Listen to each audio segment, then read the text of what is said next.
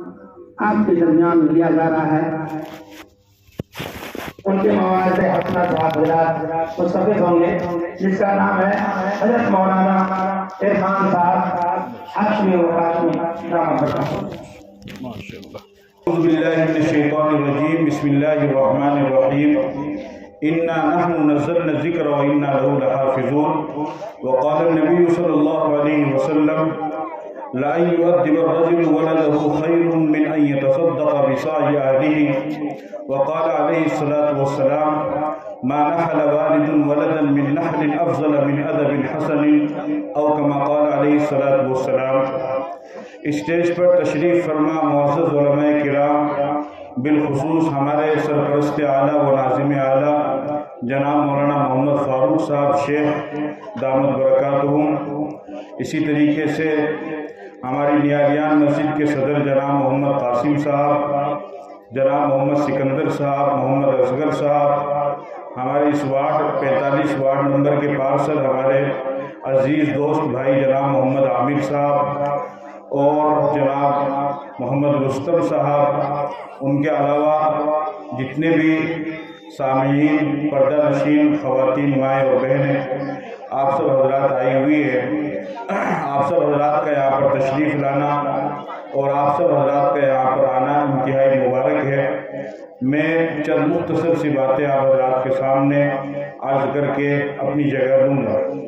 میں نے آپ حضرات کے سامنے قرآن کریم کی ایک آیت تلاوت کی ہے، اِنَّا نَحْنُ نَزَّلْنَا الذِّكْرَ وَإِنَّا لَهُ لَحَافِظُونَ۔ یہ قرآن کریم کے سورۃ الحجر کی ایک آیت ہے جس میں اللہ پاک نے فرمایا کہ ہم ہی نے قرآن کریم کو نازل کیا اور ہم ہی اس کی حفاظت کرنے والے ہیں۔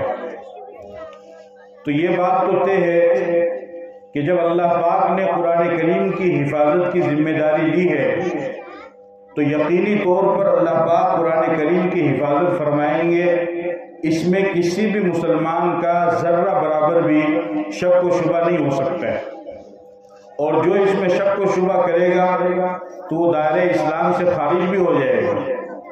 تو یہ بات یقینی ہے کہ جب اللہ رب العزت نے قرآن کریم کی حفاظت کی ذمہ داری لی ہے تو تا قیامت بلا کسی شک و شبہ کے قرآن کریم کی حفاظت اللہ پاک کریں گے، کیونکہ جب آپ تاریخ کے واقعات کو اٹھا کر کے دیکھیں گے تو آپ کو معلوم ہوگا کہ جس چیز کی حفاظت کی ذمہ داری اللہ پاک نے لی تو ساری کائنات کے مخالف اور دشمن ہونے کے باوجود اور ساری کائنات کے نہ چاہنے کے باوجود بھی اور ساری کائنات کے اس وجود کو ختم کرنے مٹانے کی ہزارہ کوشش اور سازش کے باوجود بھی اللہ پاک نے جس چیز کی حفاظت کا ذمہ لیا، اللہ پاک نے ان تمام دشمنوں سے اس چیز کو محفوظ رکھا۔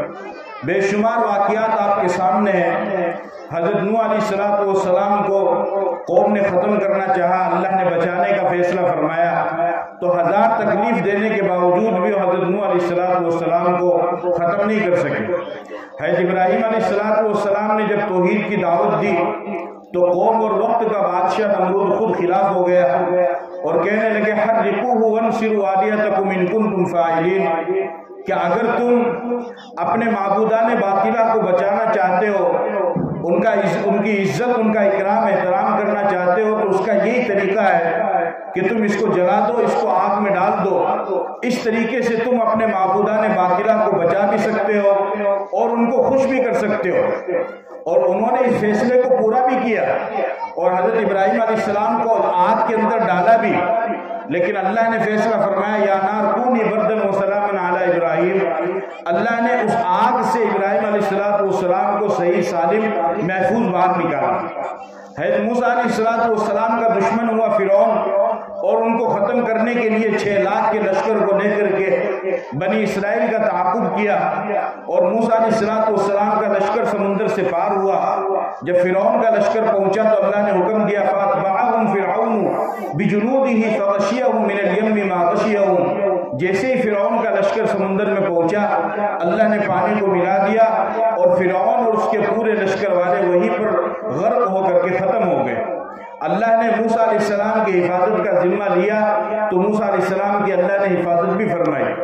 حضرت یونس علیہ السلام مچھلی کے پیٹ کے اندر گئے اور 40 دن تک مچھلی کے پیٹ کے اندر رہے، اور وہاں پر نہ کھانے کا انتظام، نہ پینے کا انتظام، اور نہ سانس لینے کا انتظام، لیکن اس کے باوجود بھی اللہ نے مچھلی کو فرمایا کہ یہ جو تمہارے پیٹ میں آ رہا ہے یہ میری امانت ہے، تمہارا لقمہ نہیں ہے، تمہاری غذا نہیں ہے، تمہیں اس کو کھانا نہیں ہے۔ تو بغیر کھلائے پلائے اور بغیر سانس کے اللہ پاک نے حضرت یونس علیہ السلام کو 40 دن تک مچھلی کے پیٹ میں محفوظ رکھا۔ اور پھر حضرت عیسیٰ علیہ السلام کو جب دشمنوں نے مارنے کا ارادہ کیا، پلان کیا، اللہ پاک نے بچانے کا ارادہ فرمایا تو انہوں نے پوری کوشش کی۔ اللہ نے فرمایا اذ قال اللہ یا عیسیٰ انی متوفیک ورافعک الی ومطہرک من الذین کفروا، کہ یہ آپ کو مار نہیں پائیں گے اور ہم آپ کو زندہ آسمان پر اٹھا دیں گے۔ حضرت عیسیٰ علیہ السلام کے بچانے کی ذمہ داری اللہ نے لی تو اللہ نے اس کو پورا بھی فرمایا اور حضرت عیسیٰ علیہ السلام کو دشمنوں سے محفوظ رکھا۔ خود ہمارے پیغمبر جناب محمد رسول اللہ صلی اللہ علیہ وسلم کو دشمنوں نے مارنا چاہا، ہجرت کے موقع پر ختم کرنا چاہا۔ جب آپ ہجرت کر کے حضرت ابوبکر صدیق کے ساتھ میں جا رہے تھے اس وقت بھی اللہ تعالیٰ نے آپ کی حفاظت فرمائی۔ پھر جب غار ثور میں دشمن پہنچا اور وہاں پر وہ آپ کو دیکھ سکتا تھا، آپ کو پکڑ سکتا تھا، لیکن وہاں پر بھی اللہ تعالیٰ نے آپ کی حفاظت فرمائی، کیونکہ اللہ نے وعدہ کیا واللہ یعصمک من الناس، اللہ پاک آپ کو لوگوں سے، دشمنوں سے محفوظ رکھیں گے۔ تو ان چند واقعات کی روشنی میں آپ اچھی طرح اندازہ لگا سکتے ہیں کہ جس چیز کی یا جس شخصیت کی حفاظت کی ذمہ داری اللہ پاک لیتے ہیں تو اللہ پاک ساری کائنات کے مخالف ہونے کے باوجود بھی اس چیز کی حفاظت فرماتے ہیں۔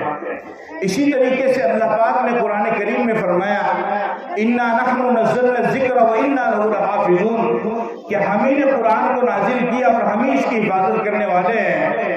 تو یہ بات تو طے ہے کہ اللہ پاک اس کی حفاظت فرمائیں گے تا قیامت تک قرآن کریم کی حفاظت ہوگی۔ لیکن میرا ایک سوال ہے، وہ سوال میں آپ سب حضرات سے کرنا چاہتا ہوں، اور اس سوال پر مجھے بھی اور آپ کو بھی اور ہم سب کو غور و فکر کرنا ہے اور اس کا جواب ہم کو تلاش کرنا ہے، اس کا جواب ڈھونڈنا ہے۔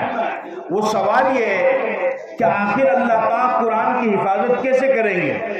کیا اللہ پاک خود آسمان سے اتر کر کے زمین پر آئیں گے قرآن کی حفاظت کے لیے، یا اللہ پاک فرشتوں کو آسمان سے زمین پر بھیجیں گے قرآن کی حفاظت کے لیے، یا اللہ پاک جنات کو بھیجیں گے قرآن کی حفاظت کے لیے، یا زمین میں سے کوئی دوسری مخلوق نکلے گی قرآن کی حفاظت کے لیے؟ سوال یہ ہے کہ آخر اللہ نے جو قرآن کریم کی حفاظت کی ذمہ داری لی ہے وہ قرآن کریم کی حفاظت اللہ پاک کس طریقے سے کروائیں گے؟ تو اس کا جواب یہ ہے کہ نہ اللہ پاک آسمان سے زمین پر آئیں گے، نہ فرشتوں کو اللہ پاک بھیجیں گے، نہ جنات آئیں گے اس کی حفاظت کے لیے، نہ کوئی دوسری تیسری مخلوق اس کی حفاظت کے لیے آئے گی، بلکہ انہی انسانوں میں سے اور انہی مسلمانوں میں سے اللہ پاک چند لوگوں کو منتخب کریں گے، چند بچوں کو منتخب کریں گے، ان کے دلوں کے اندر قرآن کی عظمت، قرآن کی محبت کو پیدا کریں گے۔ باپ کے دل میں قرآن کی محبت پیدا ہوگی تو وہ اپنے بیٹے کو پڑھائے گا، ماں کے دل میں قرآن کی محبت پیدا ہوگی تو وہ اپنی بیٹی کو پڑھائے گی، ماما کے دل میں قرآن کی محبت پیدا ہوگی تو وہ بھانجے کو پڑھائے گا، چاچا کے دل میں قرآن کی محبت پیدا ہوگی تو وہ بھتیجے کو پڑھائے گا، دادا کے دل میں قرآن کی محبت پیدا ہوگی تو وہ پوتے کو پڑھائے گا، نانا کے دل میں قرآن کی محبت پیدا ہوگی تو وہ نواسے کو پڑھائے گا۔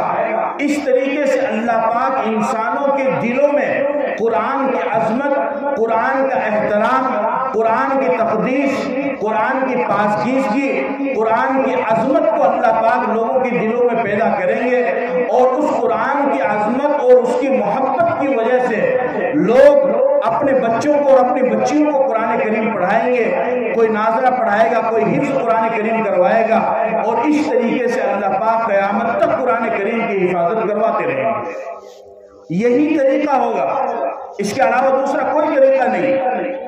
خوش نصیب ہیں وہ لوگ، خوش نصیب ہوں گے وہ ماں باپ کہ جن کی اولادیں، خوش نصیب ہوں گے وہ بھائی کہ جن کے چھوٹے بھائی، جن کی چھوٹی بہنیں وہ اللہ پاک کے اس مضبوط حفاظتی نظام کے اندر شامل ہو جائیں گے۔ مجھے اور آپ کو آج کے اس پروگرام میں یہ غور اور فکر کرنا ہے کہ کیا اللہ کے اس مضبوط بنائے ہوئے نظام میں مجھے بھی ایک مسلمان ہونے کی حیثیت سے شامل ہونا چاہیے یا نہیں ہونا چاہیے؟ یہ مجھے اور آپ کو غور فکر کرنا ہے۔ اگر اللہ کے اس مضبوط بنائے ہوئے نظام میں آپ شامل ہوتے ہیں تو آپ کی خوش قسمتی ہے، آپ کی خوش نصیبی ہے، دنیا کے اندر بھی آخرت کے اندر بھی۔ اور اگر آپ اللہ کے اس مضبوط حفاظتی نظام میں شامل نہیں ہونا چاہتے ہیں تو اللہ کی کبریائی میں، اس کی خدائی میں کچھ بھی فرق پڑنے والا نہیں ہے، اور اس کی بڑائی میں، اس کی عظمت میں کچھ بھی فرق پڑنے والا نہیں ہے۔ اگر آپ شامل نہیں ہوں گے تو اللہ پاک دوسرے بندوں کو تیار کر دے گا، لیکن وہ قرآن کی حفاظت قیامت تک کرواتا رہے گا، کیونکہ اس نے اس کا وعدہ کیا ہے۔ اگر آپ شامل ہو جاتے ہیں تو آپ کی خوش نصیبی ہے، اور اس حفاظتی نظام کو تیار کرنے کے لیے میرا اللہ نہ کسی کی دولت کا محتاج ہے، نہ کسی کی حکومت کا محتاج ہے، نہ کسی کی صدارت کا محتاج ہے، نہ کسی کی عزت کا محتاج ہے، نہ کسی کی شہرت کا محتاج ہے۔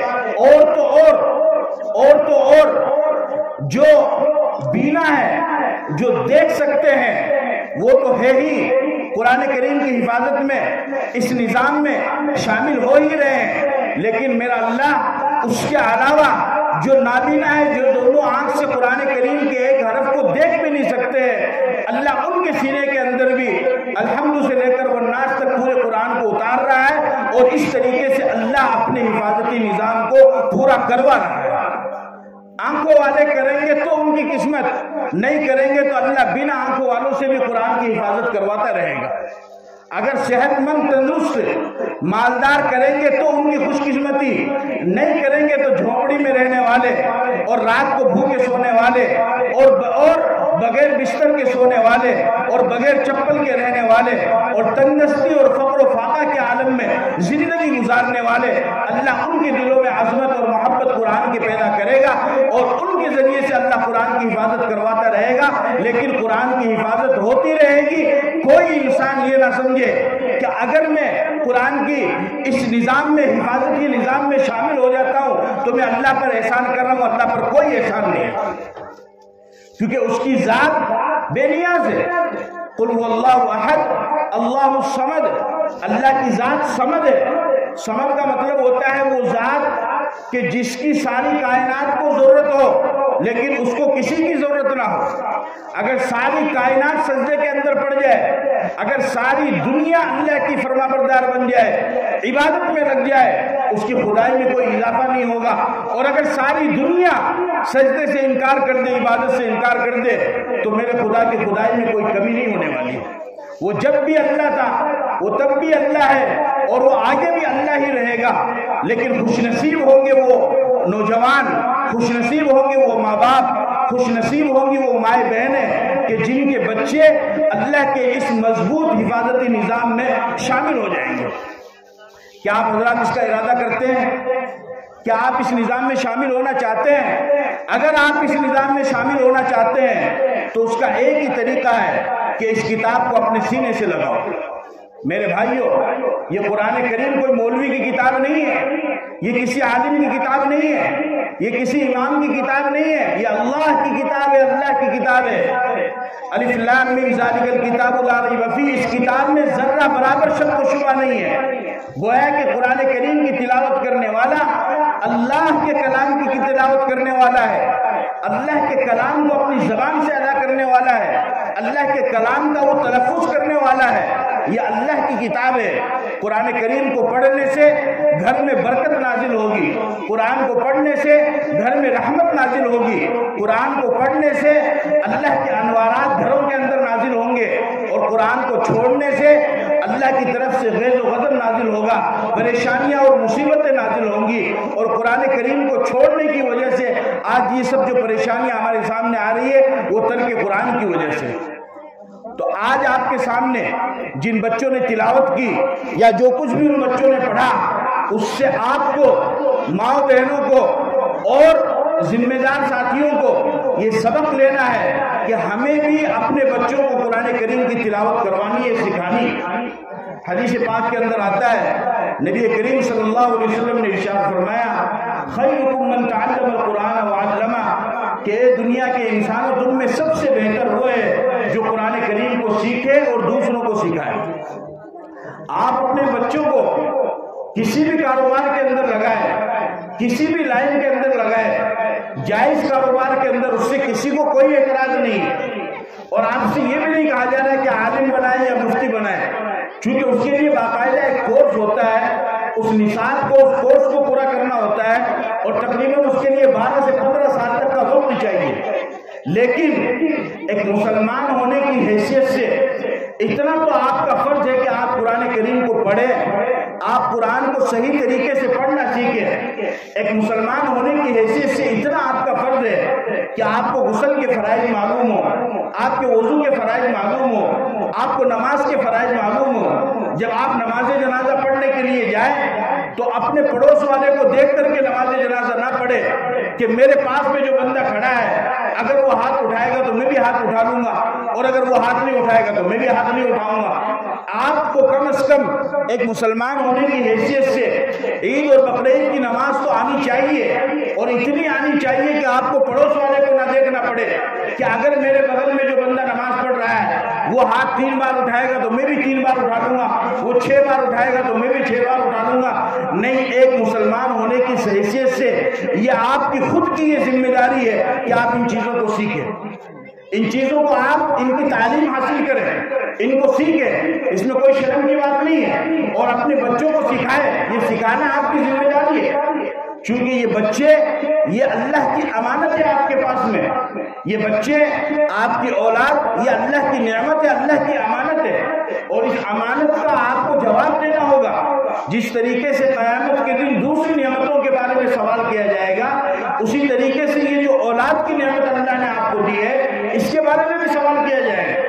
قرآن میں اللہ نے فرمایا یا ایھا الذین آمنوا قوا انفسکم واہلیکم نارا وقودها الناس والحجارہ، کہ اے ایمان والو خود بھی جہنم کی آگ سے بچو اور اپنی اولاد کو بھی جہنم کی آگ سے بچو، خود بھی بچو اور اپنی اولاد کو بھی جہنم کی آگ سے بچاؤ۔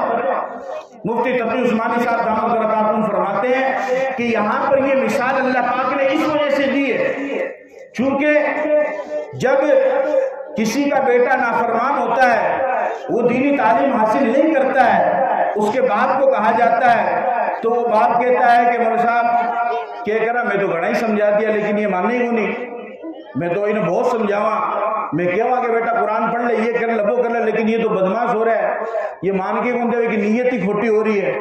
مفتی صاحب فرماتے ہیں کہ کسی بھی انسان کی اولاد کتنی ہی نافرمان کیوں نہ ہو، اگر وہ اولاد ماں باپ کی آنکھوں کے سامنے آگ میں جلنے کے لیے جا رہی ہو تو آپ خود ایمانداری سے بتاؤ وہ کتنی ہی نافرمان اولاد کیوں نہ ہو، ماں باپ پھر بھی اس کو بچانے کی کوشش کریں گے یا نہیں کریں گے؟ کوشش کریں گے یا نہیں؟ کوشش کریں گے۔ اگر کوئی منع کرے گا تو وہ بولیں گے بھائی ٹھیک ہے یہ نافرمان ہے، غلط ہے، میں نے تکلیف پہنچا رہا ہے، میں نے نقصان دے رہا ہے، وہ ایک الگ چیز ہے، لیکن ہے تو میری اولاد، میں اپنی آنکھوں سے اس اولاد کو آگ میں جلتا ہوا نہیں دیکھ سکتا ہوں، میری غیرت حمیت اس چیز کو برداشت نہیں کر پائے گی، غیرت والدین اس چیز کو برداشت نہیں کرے گی، تو اس وجہ سے میں اپنے بیٹے کو اس طریقے سے جلتا ہوا نہیں دیکھ سکتا ہوں۔ حضرت شیخ الاسلام مفتی صاحب فرماتے ہیں کہ تم دنیاوی آگ میں جلتا ہوا اپنی اولاد کو نہیں دیکھ سکتے ہو، اگر ان کو آپ قرآن کی تعلیم نہیں دیں گے تو پھر یہ دوزخ کی آگ میں جلنے کے لیے جا رہے ہیں، آپ اس کو کیسے گوارا کر سکتے ہو، کیسے برداشت کر سکتے ہو؟ پھر آپ کو اس کو بھی گوارا نہیں کرنا چاہیے، برداشت نہیں کرنا چاہیے۔ تو بچوں کو قرآن کی تعلیم دلاؤ۔ یاد رکھو میرے عزیزو، ان بچوں کو انسانیت جس تعلیم سے آئے گی وہ دین کی تعلیم ہے، انسانیت، تہذیب، ادب، ماں کا ادب، باپ کا ادب، بھائی کا ادب، بزرگوں کا ادب، بڑوں کا ادب، ماں باپ کا ادب، بہنوں کا ادب، ایک دوسرے کو عزت دینا، دوسرے کو احترام کرنا، دوسرے کے ساتھ عزت کے ساتھ بات کرنا، یہ چیزیں بچوں کے اندر اگر آئے گی تو وہ دین کی تعلیم کی وجہ سے آئے گی، اور دوسری تعلیم کی بنیاد پر بچہ آگے تو بڑھ سکتا ہے، ترقی کر سکتا ہے، لیکن تہذیب سے وہ بچہ عاری ہو جائے گا۔ یہ ادب آپ کو اپنے بچوں کو سکھانا پڑے گا۔ یہ بچے کب سیکھیں گے؟ جب آپ ان کو دینی تعلیم دیں گے۔ اور کیونکہ یہ ادب جس طریقے سے شریعت نے بتلایا ہے اس طریقے سے دوسری تعلیم اس طریقے سے ادب بچوں کو نہیں بتا پائے گی۔ بھائی زیادہ سے زیادہ کیا ہوگا؟ زیادہ سے زیادہ یہ کہیں گے بھائی ماں باپ کا ادب کرنا چاہیے کہ ماں باپ ہم کو دنیا میں لانے کا ذریعہ بنے۔ لیکن قرآن کیا کہتا ہے؟ اسلام کیا کہتا ہے؟ قرآن کہتا ہے وَقَضَىٰ رَبُّكَ أَلَّا تَعْبُدُوا إِلَّا إِيَّاهُ وَبِالْوَالِدَيْنِ إِحْسَانًا۔ آگے فرمایا فَلَا تَقُل لَّهُمَا أُفٍّ وَلَا تَنْهَرْهُمَا کہ اے دنیا کے انسانوں کان کھول کر کے سن لو، اپنے ماں باپ کے سامنے تم اوہ بھی نہ کرنا، تم اوہ بھی نہ کرنا۔ اور کتنا فرمایا رضا الرب فی رضا الوالد وسخط الرب فی سخط الوالد۔ اللہ کے نبی فرماتے ہیں کہ اگر تمہارے ماں باپ تم سے راضی ہے تو اللہ بھی تم سے راضی ہے، اور اگر تمہارے ماں باپ تم سے ناراض ہے تو اللہ بھی تم سے ناراض ہے۔ آج ہر آدمی یہ دیکھنا چاہتا ہے کہ میرا اللہ مجھ سے راضی ہے یا نہیں، میرا اللہ مجھ سے راضی ہے یا نہیں ہے۔ اس کا بہترین فارمولہ آپ کو بتا رہا ہوں، اپنے ماں باپ کو دیکھو، اگر تمہارے ماں باپ تم سے راضی ہے، اور راضی ہونے کا یہ مطلب نہیں کہ جا کر کے ان کو کہو پاپا تم میرے سے راضی ہے نا، میں تو تمہیں کیوں تکلیف ہی کون دیا، وہ تو ظاہر سی بات ہے، وہ نٹکا تھوڑی، وہ تو کہے گا ہاں ٹھیک ہے۔ نہیں، اپنی خدمت، اپنی اطاعت، اپنی فرما برداری کے ذریعے سے اتنا اس کا دل جیتے، اتنی اس کی خوشی حاصل کرے کہ وہ دل سے آپ کو دعا دے اور دل سے کہے کہ ہاں میرا بیٹا میں تجھ سے راضی ہوں۔ اگر تمہارے ماں باپ تم سے راضی ہے تو اللہ بھی تم سے راضی ہے، اور اگر تمہارے ماں باپ تم سے ناراض ہے تو اللہ بھی تم سے ناراض ہے۔ آپ دیکھو اسلام نے کتنی گہرائی میں جا کر کے ماں باپ کی عزت سکھائی۔ اب کوئی انسان کتنے ہی نیک کام کرتا رہے لیکن اسلام یہ کہتا ہے کہ ٹھیک ہے تمہاری عبادت بھی قبول، تمہاری نماز بھی قبول، تمہارا روزہ بھی قبول، تمہاری زکات بھی قبول، تمہارے حج عمرے بھی قبول، تمہارے طواف بھی قبول، اور تمہاری قربانیاں بھی قبول، تمہارے زکات صدقات خیرات بھی قبول، تمہاری ہمدردی بھی قبول، تمہارا حسن سلوک بھی قبول، تمہارا پڑوسیوں کے ساتھ ہمدردی بھی قبول، بیواؤں کی مدد کرنا بھی قبول، یتیم کے سر پر ہاتھ رکھنا بھی قبول، سب کچھ قبول ہے، لیکن ماں باپ تم سے راضی ہے یا نہیں یہ بھی تو دیکھو۔ اب جب انسان وہ سارے کام کرے گا پھر اس کے سامنے اسلام کی یہ تعلیم آئے گی کہ ماں باپ کو بھی راضی کرنا ضروری ہے، تو آپ خود بتاؤ اس کو سننے کے بعد جو پکا سچا مسلمان ہوگا وہ اپنے ماں باپ کو راضی کرے گا یا نہیں کرے گا؟ فرمایا الوالد اوسط ابواب الجنہ فإن شئت فأعطى ذلك الباب واحفظه۔ فرمایا کہ تمہارا باپ تمہارے لیے جنت کا دروازہ ہے۔ جس طریقے سے دروازے کے ذریعے سے انسان گھر کے اندر داخل ہوتا ہے، فرمایا کہ اگر تم اپنی اطاعت اور فرما برداری کے ذریعے سے اس دروازے کی حفاظت کرو گے تو یہ باپ کا دروازہ تمہارے لیے جنت میں جانے کا ذریعہ بنے گا، اور اگر تم نافرمانی کے ذریعے سے اس دروازے کو توڑ ڈالو گے تو پھر تم جنت میں داخل نہیں ہو سکتے۔ باپ کو جنت کا دروازہ بتایا، اور پھر ادھر فرمایا الجنت تحت اقدام الامہات۔ ایک لڑکی ہے، اس کی عمر ہے 20 سال، 21 سال، 22 سال، اس کی کوئی فضیلت نہیں ہے، اس کی کوئی فضیلت نہیں ہے، اس کی شادی ہوئی 1 سال 2 سال کے بعد اس کو اولاد ہوئی۔ اب جیسے ہی اولاد ہوئی، ابھی یہ اولاد پیدا ہوئی ہے، اس کو ہوش و حواس بھی نہیں ہے، اس کو کچھ خبر بھی نہیں ہے، ابھی یہ دودھ پیتا ہوا بچہ ہے، ابھی یہ بڑا ہوگا، لیکن جیسے ہی یہ بچہ ماں کے پیٹ سے باہر آیا تو پھر حدیث میں اللہ کے نبی فرماتے ہیں کہ اب یہ ماں بن چکی ہے یہ لڑکی، اور اس ماں کے قدم کے نیچے اللہ نے جنت رکھ دی۔ اب یہ بچہ جب بڑا ہوگا، ہوشیار ہوگا، سمجھدار ہوگا، تو قدم قدم پر اس کو اس بات کا خیال رکھنا پڑے گا کہ یہ جس کے پیٹ سے میں نے جنم لیا ہے یہ کوئی عام لڑکی نہیں ہے، یہ میری ماں ہے، اور اس ماں کے سر کے اوپر نہیں بلکہ اس کے پاؤں کے نیچے اللہ نے جنت رکھ دی ہے۔ اگر اپنی ماں کی خدمت کر کے ان کی دعائیں لوگے تو اللہ تمہیں جنت دے گا، اور اگر ان کی نافرمانی کر کے ان کی بد دعائیں لوگے تو آپ جہنم کے مستحق ہو جاؤ۔ اتنی زبردست تعلیم ماں باپ کے بارے میں بتاؤ کیا دوسرا مذہب دے سکتا ہے؟ دوسری تعلیم دے سکتی ہے؟ میں تو صرف آپ کو اشارہ دے رہا ہوں. پھر آگے آئیے، بیٹیوں کے اوپر آئیے. آپ علیہ السلام نے فرمایا من ابتلی ببلیتین فلیختر ایسرہما من ابتلی بشیء من البنات فصبر علیہن کن لہ حجابا من النار. آپ علیہ السلام نے فرمایا کہ جس کو اللہ نے 2 بیٹیاں دی، دھیان سے سنو، فرمایا کہ جس کو اللہ نے 2 بیٹیاں دی، من کان لہ 3 بنات او 3 اخوات، جس کو اللہ نے 3 بیٹیاں دی یا 3 بہنیں دی، فاحسن صحبتهن واتق اللہ، ان کے ساتھ وہ حسن سلوک کرے. باپ اپنی بیٹیوں کو پیار دے، محبت دے، جس طریقے سے اپنے بیٹوں کو دیتا ہے، اور اپنی بیٹیوں کی ویسی ہی بہترین تعلیم اور تربیت کرے جیسے اپنے بیٹوں کی کرتا ہے. اور اس تعلیم اور تربیت میں اور بیٹی کے حقوق ادا کرنے میں باپ اللہ سے ڈرتا رہے تو اللہ کے نبی فرماتے ہیں فلہن الجنہ، اللہ اس کے لیے دنیا میں ہی جنت کا فیصلہ فرما دیتے ہیں. اور فرمایا من ابتلی بشیء من البنات فصبر علیہن کن لہ حجابا من النار، اللہ نے بیٹیاں دی اور ماں باپ اس بیٹی پر صبر کر لے. پہلی بیٹی ہوئی، دوسری بیٹی ہوئی، تیسری بیٹی ہوئی، چوتھی بیٹی ہوئی، بیٹیاں اللہ نے اس کو دی اور ماں باپ بیٹیوں کے ہونے پر صبر کرتے رہے. اللہ پاک ان بیٹیوں کو ان ماں باپ کے لیے جہنم سے آڑ بنا دیں گے. اب آپ بتاؤ جب اتنی بڑی فضیلت کسی انسان کو بیٹی اور بہن کے بارے میں معلوم ہوگی تو کیا وہ انسان بیٹی اور بہن کے بارے میں غلط خیال اپنے ذہن میں لا سکتا ہے؟ نہیں لا سکتا. تو اتنی بہترین تعلیم اور اتنی بہترین تہذیب یہ آپ کو دینی تعلیم ہی کے ذریعے سے ملے گی، اس کے علاوہ دوسری چیزوں سے ممکن نہیں ہے. اور اسی طریقے سے بزرگوں کی عزت کرنا، اپنے پڑوسیوں کی عزت کرنا، یہ تمام چیزیں احادیث کے اندر بیان کی گئی. آپ علیہ السلام نے فرمایا ما زال جبرائیل یوصینی بالجار حتی ظننت انہ سیورثہ، کہ مجھے پڑوسیوں کے بارے میں جبرائیل علیہ السلام نے اتنی مرتبہ آ کر کے بتایا، اتنی مرتبہ آ کر کے بتایا کہ مجھے یہ خیال ہونے لگا کہ کہیں پڑوسیوں کو وراثت میں حصہ نہ ملنے لگ جائے. اتنا اس کو بیان کیا. آپ سے پوچھا گیا ای الاسلام خیر، کون سا مسلمان بہتر ہے؟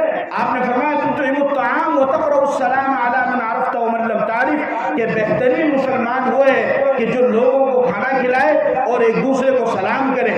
جب ایک دوسرے کو سلام کریں گے تو آپس میں محبت پیدا ہوگی، آپس میں عظمت پیدا ہوگی. اور پھر آپ نے فرمایا ان فی الجنت غرفا ترى ظهورها من بطونها وبطونها من ظهورها، کہ جنت میں ایک اعلیٰ مقام ہے. سنو دھیان سے، فرمایا کہ جنت میں ایک اعلیٰ مقام ہے، ایک محل ہے، اور اتنا وی آئی پی، اتنا زبردست محل ہے. آپ نے فرمایا کہ اس کے باہر کا اندر سے دکھتا ہے اور اندر کا باہر سے دکھتا ہے. اتنا بہترین محل اللہ پاک نے بنایا ہے. فقام اعرابی فقال لمن یا رسول اللہ، ایک دیہاتی کھڑا ہوا، اس نے کہا کہ اللہ کے رسول، جنت میں اتنا وی آئی پی بہترین محل اللہ نے کس کے لیے بنایا ہے؟ آپ نے فرمایا لمن اطاب الکلام واطعم الطعام وادام الصیام وصلى باللیل والناس نیام. فرمایا کہ اتنا بہترین محل اللہ نے جنت میں اس کے لیے بنایا ہے کہ جو بات کرے تو پیار اور محبت سے بات کرے، جو رات کو نماز پڑھے جب لوگ سوئے ہوئے ہیں، جو لوگوں کو کھانا کھلائے اور جو روزے رکھے. ایسے انسان کے لیے اللہ نے اس محل کو تیار کیا ہے. اب آپ خود اندازہ لگائیے، جب ایک مسلمان اس اتنی بڑی فضیلت کو سنے گا تو لوگوں کے دلوں کے بارے میں اس کے دل میں عظمت اور لوگوں کی عزت، لوگوں کے ساتھ پیار اور محبت سے بات کرنا اس کے دل میں کیوں نہیں پیدا ہوگا؟ ضرور پیدا ہوگا. تو آج گھروں کے اندر جو مصیبتیں تکلیفیں ہیں اس کی بنیادی وجہ یہ ہے کہ قرآن کی تعلیم سے ہم خود بھی محروم ہیں، ہمارے بچے بھی محروم ہیں.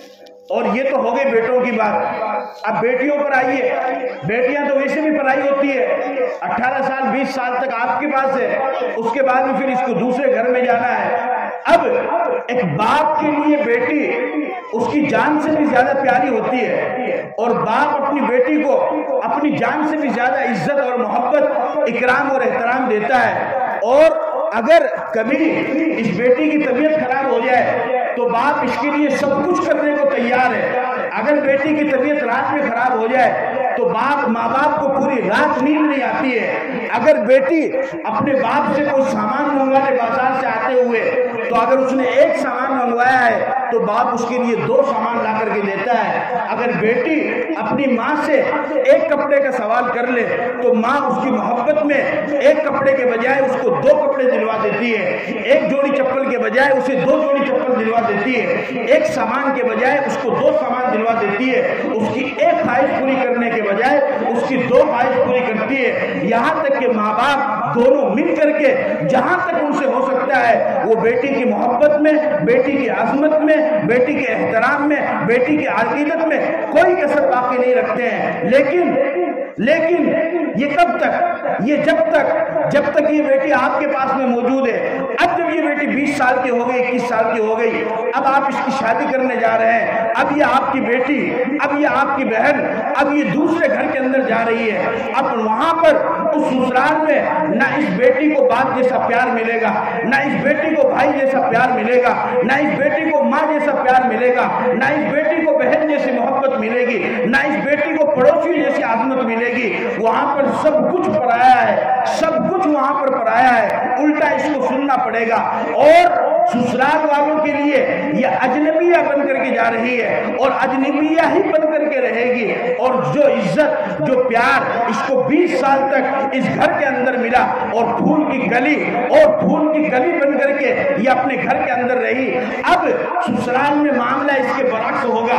اس کو سنایا بھی جائے گا, اس کو تانے بھی دیے جائیں گے, اس کو لعن طعن بھی کیا جائے گا. شوہر الگ سنائے گا, ساس الگ سنائے گی, اس کا سسر الگ سنائے گا, اس کے دیور الگ سنائیں گے, اس کے بھائی, اس کے جو دوسرے نند وغیرہ وہ اس کو الگ سنائیں گی, سب اس کو تانا دیں گے. اب یہ بتاؤ, جب آپ کی بیٹی اس ماحول کے اندر جائے گی تو آپ نے اس بیٹی کو صبر کرنا سکھایا یا نہیں سکھایا؟ آپ نے اس بیٹی کو برداشت کرنا سکھایا یا نہیں سکھایا؟ یہ کب ہوگا؟ یہ اس وقت ہوگا جب اس بچی کے پاس میں دینی تعلیم ہوگی. یہ سمجھے گی کہ شوہر کے کیا حقوق ہے, یہ سمجھے گی کہ ساس کے کیا حقوق ہے, یہ سمجھے گی کہ سسر کے کیا حقوق ہے, تو یہ برداشت کر کے اپنے گھر کو بسائے گی. اور اگر ایسا نہیں ہوگا تو پھر یہ بیٹی کبھی بھی اپنے گھر کو نہیں بسا سکتی. آج آپ کو معلوم ہے کتنی بچیاں ہیں جن کی شادیاں ہو گئی ہے, لیکن شادی ہونے کے باوجود بھی آج وہ اپنے ہی ماں باپ کے گھر میں اسی چھت کے نیچے رہ رہی ہے. نہیں رہ رہی. آپ بتاؤ کہ کوئی بھی ماں باپ اپنی بیٹی کو رخصت کرتا ہے تو گھر بسانے کے لیے کرتا ہے یا گھر اجاڑنے کے لیے کرتا ہے؟ بھائی کس لیے کرتا ہے؟ گھر بسانے کے لیے کرتا ہے. لیکن ہو کیا رہا ہے کہ گھر اجڑ رہا ہے. کیونکہ شوہر کو اپنے حقوق کا نہیں پتا ہے اور بیوی کو اپنے حقوق کا نہیں پتا ہے. نہ شوہر برداشت کرنا جانتا ہے, نہ ہی بیوی برداشت کرنا جانتی ہے. شوہر اگر ایک بات کہے تو بیوی پلٹ کر کے 4 بات کہتی ہے. میری بات یاد رکھو, عورت کا دوسرا نام ہی صبر ہے. عورت کا دوسرا نام ہی صبر ہے. جس عورت میں صبر نہیں ہے وہ عورت کہلانے کی مستحق ہی نہیں ہے. چونکہ عورت کو تو قدم قدم پر صبر کرنا پڑے گا. میری مائیں اور بہنیں بھی بیٹی ہیں, وہ بھی سنیں دھیان سے. عورت کو تو قدم قدم پر صبر کرنا پڑے گا. اس کی ولادت سے ہی آزمائش کے مراحل شروع ہو جاتے ہیں اور شروع سے ہی اس کو اس نظر سے دیکھا جاتا ہے. شادی ہو گئی تب اس کو قدم قدم پہ صبر کرنا پڑے گا. اولاد نہیں ہوئی تب تانے ملیں گے, تب اس کو صبر کرنا پڑے گا. اولاد ہو گئی اور بیٹی ہو گئی تب اس کو تانے ملیں گے, تب اس کو صبر کرنا پڑے گا. قدم قدم پر عورت کو صبر کرنا پڑے گا. اگر عورت صبر نہیں کرے گی تو وہ اپنا گھر نہیں بسا سکتی. اور یہ صبر کب کرے گی؟ جب اس کے پاس دین کی تعلیم ہوگی, قرآن کی تعلیم ہوگی اور یہ اپنے گھر کو بسائے گی, اپنے شوہر کے حق کو سمجھے گی اور شوہر اپنی بیوی کے حق کو سمجھے گا. اور حضرت علی, حضرت فاطمہ والی محبت ان کے دلوں میں پیدا ہوگی. اس لیے میرے عزیزوں, میرے نوجوانوں, میرے بزرگوں, میری عزت دار ماں اور بہنوں, میں آپ سے یہی عرض کرنا چاہتا ہوں کہ جو تہذیب, انسانیت, تمدن, ادب اسلامی تعلیم کے ذریعے سے, دینی تعلیم کے ذریعے سے, قرآنی تعلیم کے ذریعے سے آپ کے بچوں میں آئے گا, وہ دیگر تعلیمات کی بنیاد پر نہیں آ سکتا ہے. لہذا اگر آپ اپنے بیٹے کو ایک اچھا بیٹا بنانا چاہتے ہیں، آپ اپنی بیٹی کو ایک اچھی بیٹی بنانا چاہتے ہیں، سماج میں آپ نام روشن کرنا چاہتے ہیں، اپنے معاشرے کا، اپنے سماج کا، اپنی برادری کا، اپنے خاندان کا، اپنے مذہب اور دھرم کا، اپنے ملک کا آپ نام روشن کرنا چاہتے ہیں، تو بچوں کو بھی اور بچیوں کو بھی دین کی تعلیم سے روشناس کراؤ، دین کی تعلیم ان کو دلاؤ، دین کی تعلیم سے ان کو وابستہ کرو۔ اور اللہ نے جو ایک مضبوط نظام بنایا ہے، حفاظتی نظام قرآن کریم کا، اس قرآن کریم کے حفاظتی نظام میں آپ خود بھی شامل ہونے کی کوشش کرو اور اپنے بچوں کو بھی اس میں شامل کرنے کی کوشش کرو، تو انشاءاللہ یہی قرآن کریم کی تعلیم آپ کو دنیا میں بھی عزت دلائے گی، آخرت میں بھی عزت دلائے گی، اور یہی آپ کی مغفرت اور نجات کے لیے کافی بھی ہو جائے گا۔ اللہ پاک مجھے بھی اور آپ کو بھی عمل کی توفیق عطا فرمائے۔ وآخر دعوانا الحمدللہ رب العالمین۔